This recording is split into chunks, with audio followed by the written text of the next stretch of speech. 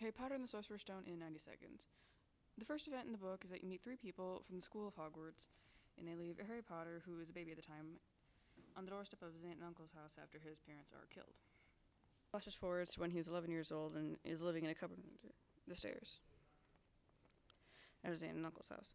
On his 11th birthday, he gets a letter from a place called Hogwarts, a school of witchcraft and wizardry. His uncle takes it away from him before he can read the letter, and throughout the day, they keep getting letters from Owl. His uncle couldn't stand what was happening, so he took the family to a small island so that they would not receive any more letters, because for some reason he was very bothered by it. But then a man by the name of Hagrid comes to the island and tells Harry that he is a wizard and that his parents were killed by a dark wizard, and that Harry's aunt and uncle already knew about this, but they didn't tell him. Harry bore their first year students named Ron Weasley, Hermione Granger, and Draco Malfoy. They get to the school and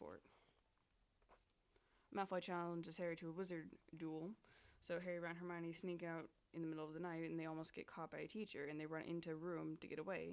They see a three-headed dog who tries to attack them, so they have to run back to the dorms before something else happens. Harry, Ron, and Hermione were doing research in the library about what the three-headed dog was doing in the school and figured it might be guarding something. They found a wizard who created an object called Sorcerer's Stone, which can give someone immortality. Winter breaks ends. Hermione gives them more information about the stone they were researching, and there's another Quidditch match that Harry wins. And later in the evening, Harry is riding his broomstick over the Forbidden Forest, where he saw Professor Snape arguing with another professor, and Harry comes to the conclusion that Professor Snape might want the stone. The kids take action right away as soon as they find out what happened, and they go to the room where the three-headed dog was, and go through the door it was guarding. They find themselves in a different room with a bunch of keys, and they have to find the right one to go to the next room. In the other room, they have to play a game of chess where they are the pieces. And in the next room, Harry has to drink a potion so he can go into the next room. In the next room, he sees Professor Quirrell and finds that he wanted the stone and not Professor Snape. And Harry finds that Voldemort is connected to Quirrell.